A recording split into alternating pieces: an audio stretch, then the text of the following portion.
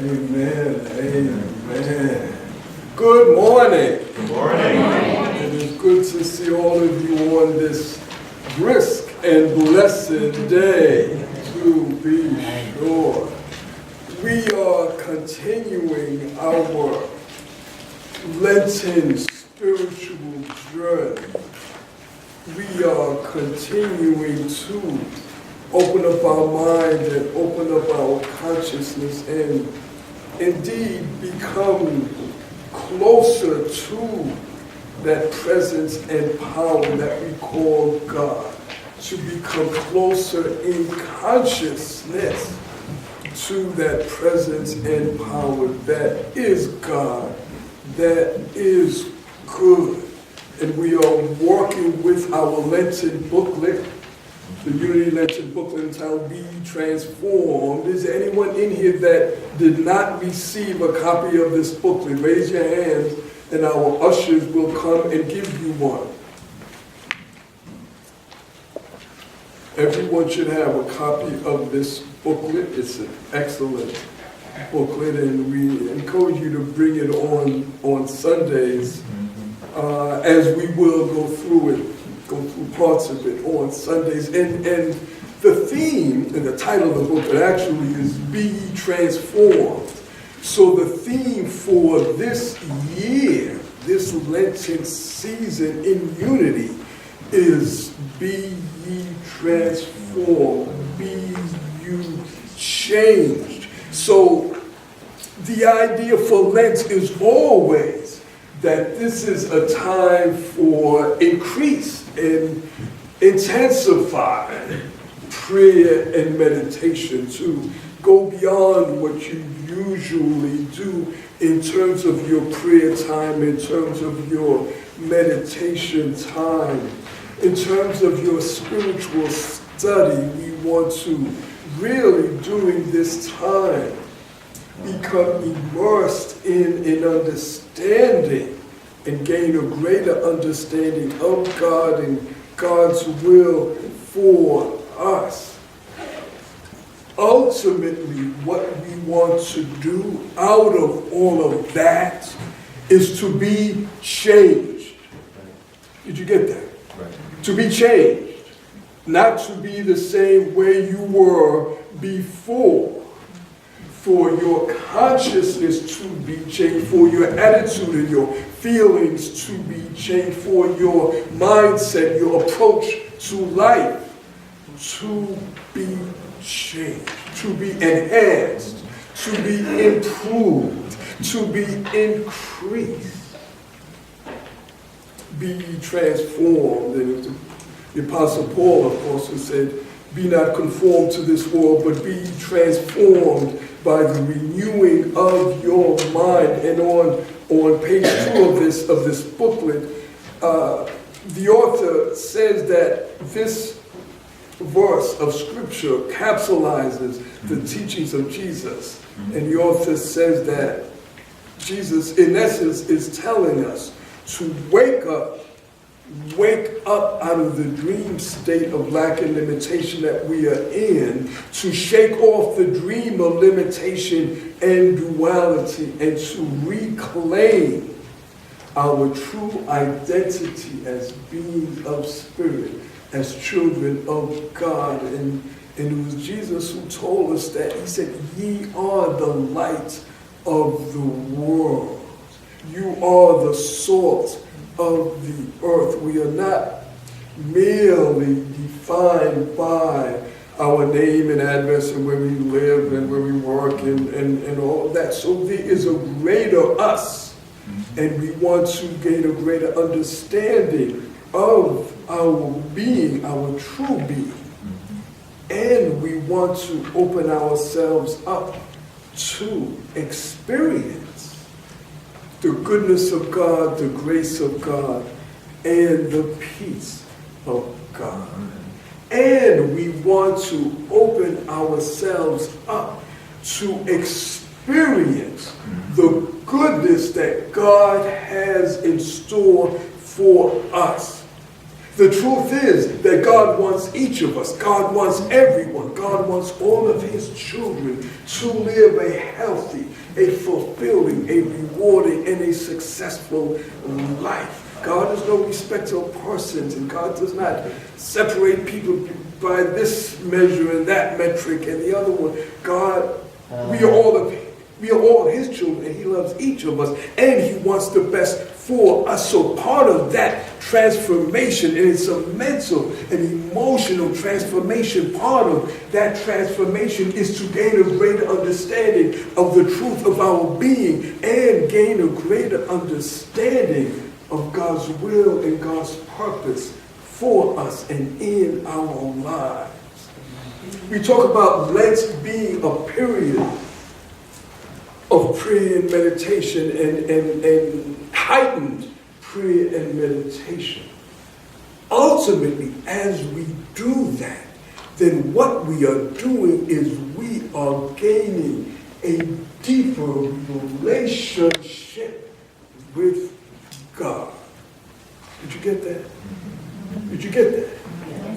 We want to develop a deeper and greater relationship, because it really is all about relationship and knowing our oneness with God, knowing that there's no separation between us and God. In the world there's separation.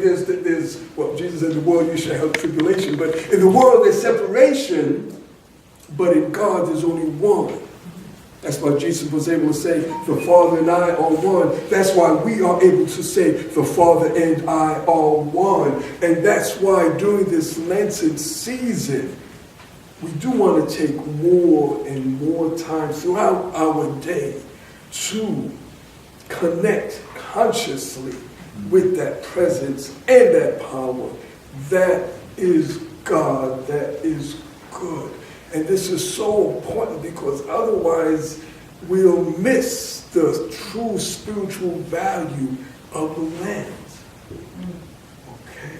We're talking about transforming ourselves, changing our consciousness, changing our understanding, changing our attitudes. We started this past Monday going through and studying each day one of the 12 spiritual faculties, our 12 powers. And the author says on page 12, he said, the Christ can be understood as the spiritual presence that includes all spiritual powers. The 12 powers are specific pathways allowing our infinite spiritual self to express through our limited mortal mind. They are pathways, they are vehicles that allow our infinite spiritual selves, the Christ within us that can do all things and is all things, to express on the outer level, to express in our day-to-day life, world, and affairs. He says it is by realizing and releasing these 12 spiritual powers in our creative consciousness that we begin to transform our lives. We are using our 12 spiritual faculties indeed to transform ourselves and to begin the process of transforming ourselves. The spiritual faculty for today. And for those of you that just received the Lenten book, that I encourage you to go back from the beginning and read it. Read each page and each spiritual topic and theme that is presented here, so that you can gain the insight that we all are trying to achieve and to gain and realize. The theme for today, the second Sunday of Lent, is imagination. The imagination, which indeed is one of our 12 spiritual faculties. And the author says that to envision, imagination is the ability to envision something beyond where we are presently. To envision something. The imagination is our ability to picture. It is mental picturing. It is seeing things that may not exist right now in the physical material plane. The imagination or imagining is using your mind's eye to see things, to image things that you want to manifest, that you want to experience in your life, world, and affairs. We want to use our imagination to think big, to dream big, to envision us having and doing and experiencing all of the good things and all of the great things that we want to have, do, and experience. In our imagination, we are not limited.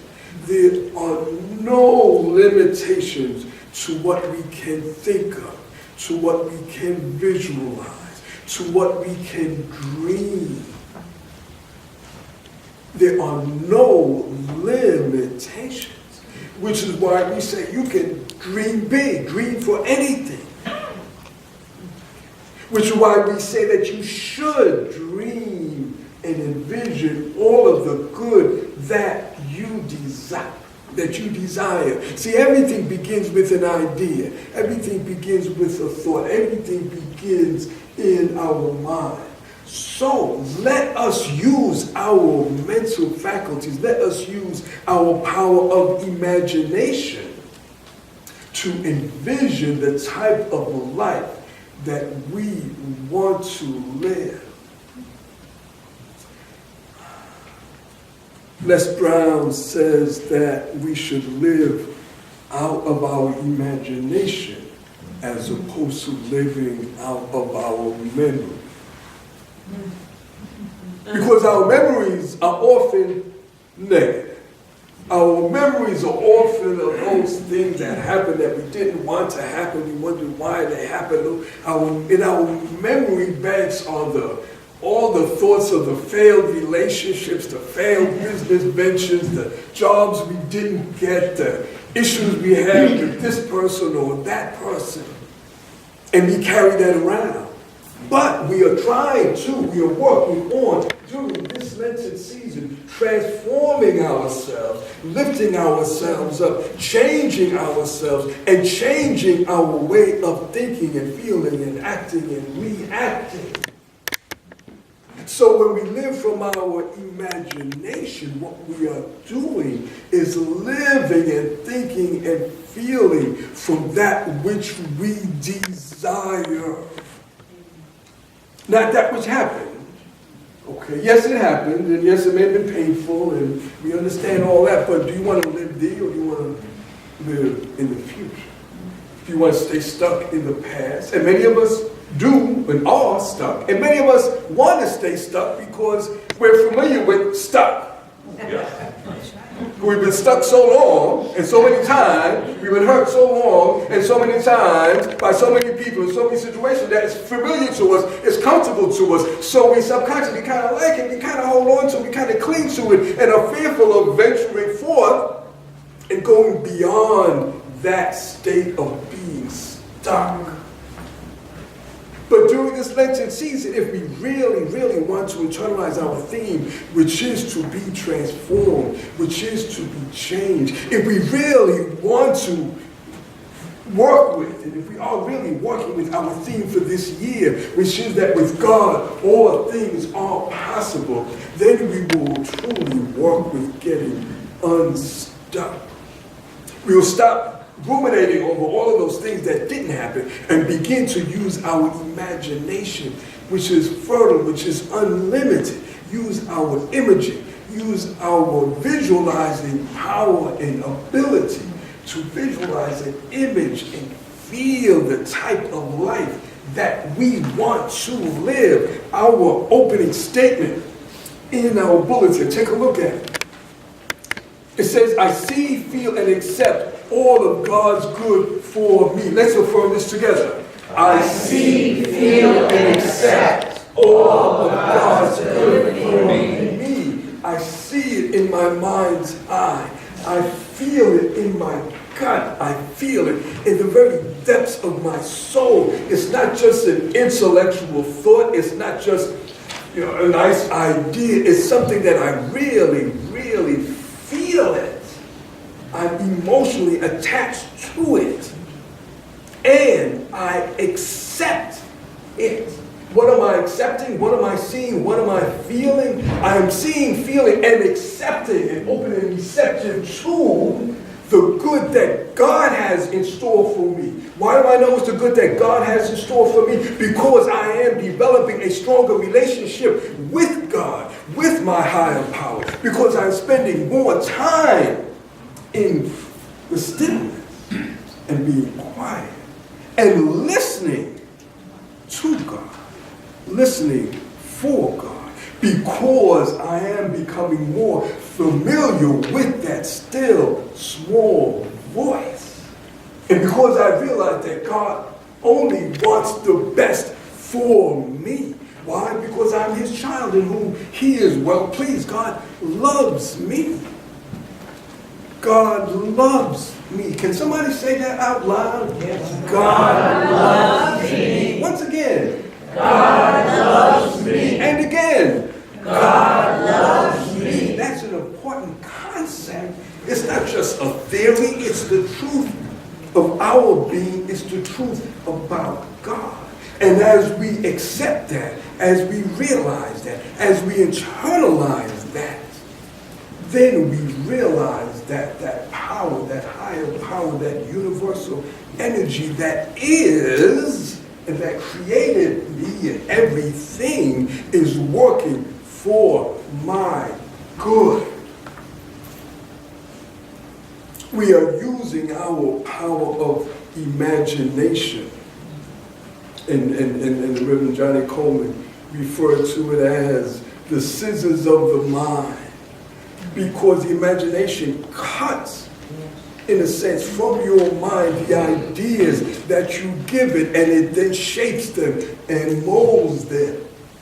And it outpictures them. It manifests those things that you have cut from your mind, those ideas, those goals, those hopes and dreams, and it creates them into tangible, concrete experiences in your life, world, and affairs. Everything that exists, everything that was ever created, everything that we see in every situation was first a thought in someone's mind, was first an idea in someone's mind. And it was also a feeling that someone had.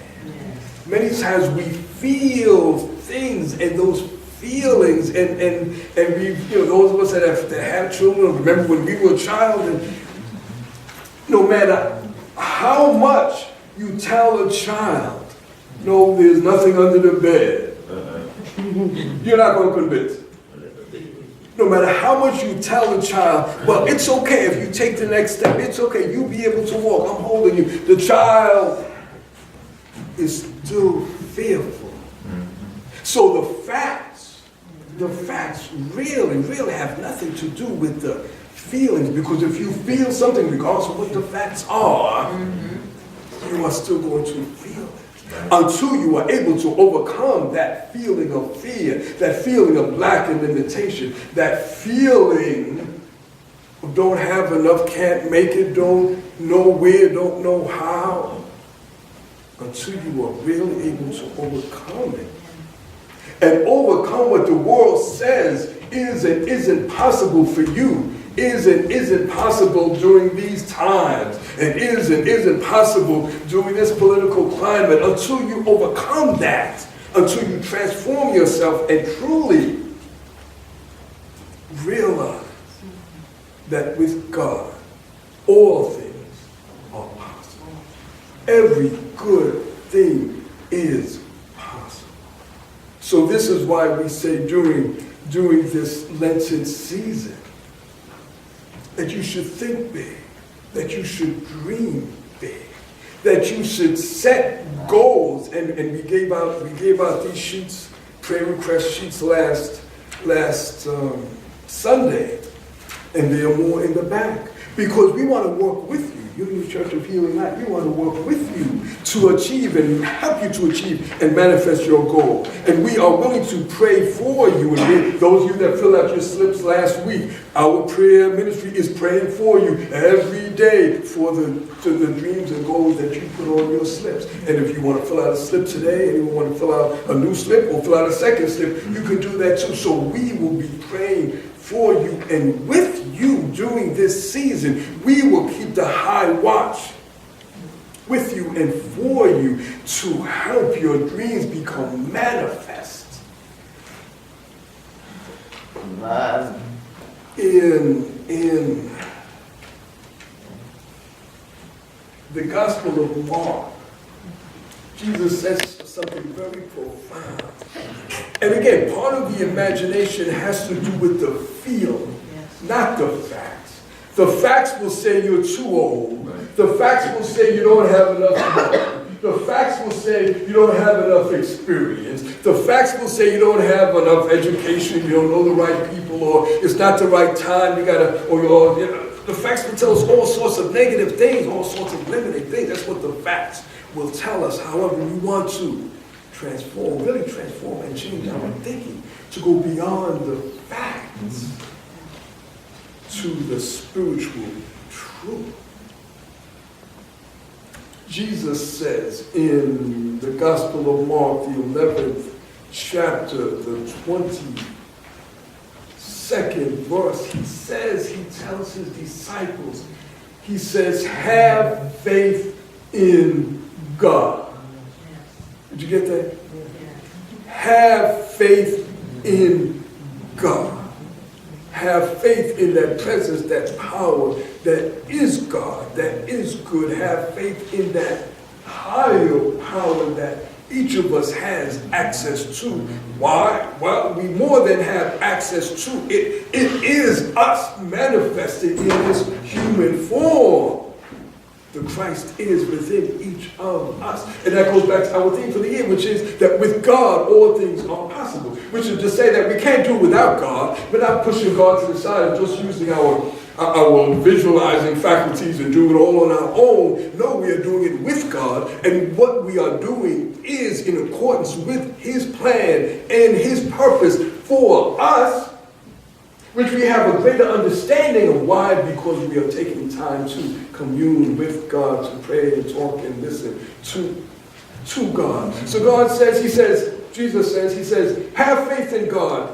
I tell you the truth, you can say to this mountain, may you be lifted up and thrown into the sea, and it will happen. But, Jesus says, but you must really believe it will happen. Yes, That's what Jesus said. So you can do it. It'll happen. But you gotta believe. Now, if you listen to the world, you listen to your past memories, you listen to other people around you, then you won't believe. Well, I look at the world, people around you, and some of your closest friends and relatives, they'll say, no, it's not possible. No, you can't do it. No, you can't overcome it. You don't know how many times you're going to relapse. Well, you know you won't relapse again because that's just the way you are. You're not going to be able to get out of debt. You're not going to be able to do it. So they're going to tell you all those things. So the question is, what are you going to believe? You have a choice. Who are you going to believe? What are you going to believe? You're going to believe God? You're going to believe Jesus? You're going to believe that it's possible? Or are you going to believe in the negative, in the limited thing? Jesus said, but you must really believe it will happen and have no doubt in your heart. In verse 24, he says, I tell you, you can pray for anything. Did you get that? Yeah. You can pray for anything. And if you believe that you received it, it will be yours. No limitations. No buts, or if, ands, or buts, as the world tells us. Jesus is telling us that it is possible. The good that we desire is possible. My friends, there is a creative law of mind action that says what the mind can conceive and believe, man can achieve. Did you get that? Okay. It's related to the law of attraction, law of mind action. Okay. There's a spiritual law that we are talking about that Jesus taught about. The question is, are we willing? Are we willing to set our intention to be more, to have more, and to do more? Or are we going to just try and maintain where we are, what we have, out of fear of losing what we have, and out of fear of being disappointed in not achieving our goal? Anybody ever been disappointed? Okay. Well, there's a fear. There's that feeling, a fear of not being disappointed again, of not being rejected again by another person or whatever. The question is, are we going to stay stuck in that fear? Or are we going to venture forth? Or are we going to, as Jesus told us, have faith in God? My friends, I invite you to journey with us during this Lenten season and set your intentions high. Set big dreams, envision, use this spiritual faculty along with the others, but envision good things, big things, loving things, prosperous things, and goals to manifest in your life, world, and affairs during this spiritual Lenten season. And if you do so, and as you do so, your life will truly, truly be changed forever. This is the truth, and it cannot be otherwise. God bless you, my friend.